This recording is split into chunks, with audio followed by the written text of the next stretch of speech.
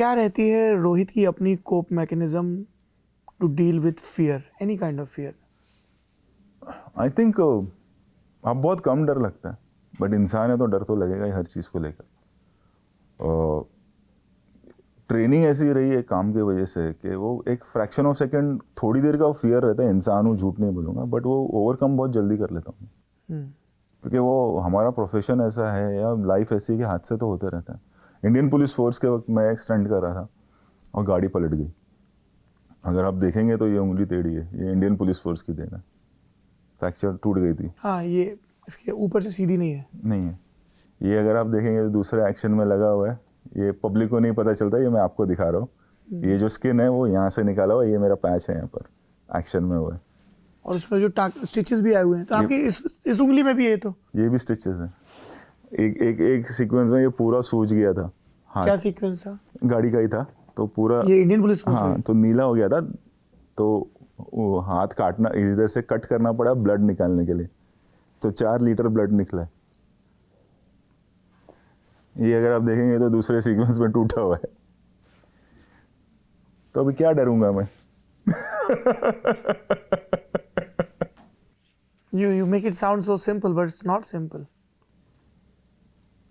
और मेरी प्रॉब्लम है हाइपर एक्टिव बॉडी है, तो जब ऑपरेशन थिएटर में रहते हैं तो जो एनेस्थीसिया देते हैं तो नॉर्मल को 1 देना पड़ता है, मुझे 4 देना पड़ता है।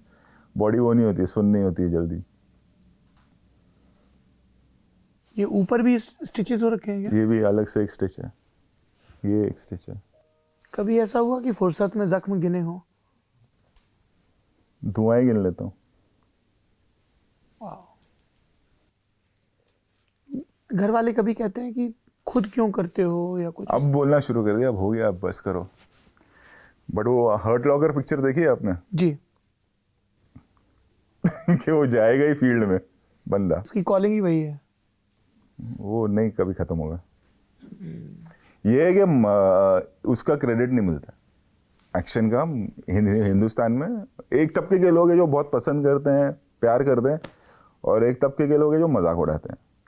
तो तब बहुत दुख होता था पहले कि यार इतनी मेहनत कर रहे हैं। फिर वो बोलते थे क्यों कर रहे हो आप, हमने थोड़ी बोला आपको करने।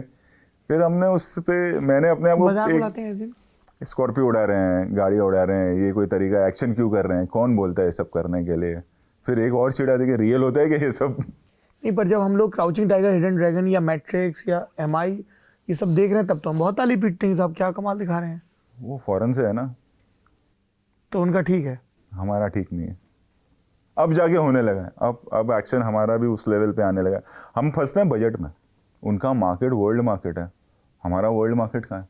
हमारा तो हिंदुस्तान में ही कंपटीशन है ना। आपको भी बजट कंस्ट्रेन रहते हैं? हाँ, क्योंकि बिजनेस उतना नहीं है ना। जैसे अभी हम जितनी भी फिल्में बना, मैं पिछले 5 साल से जो फिल्में मैंने बनाई हैं, एक आध फिल्म छोड़ के, वो अगर चलेगी तो ही पैसा आएगा, वैसी थी।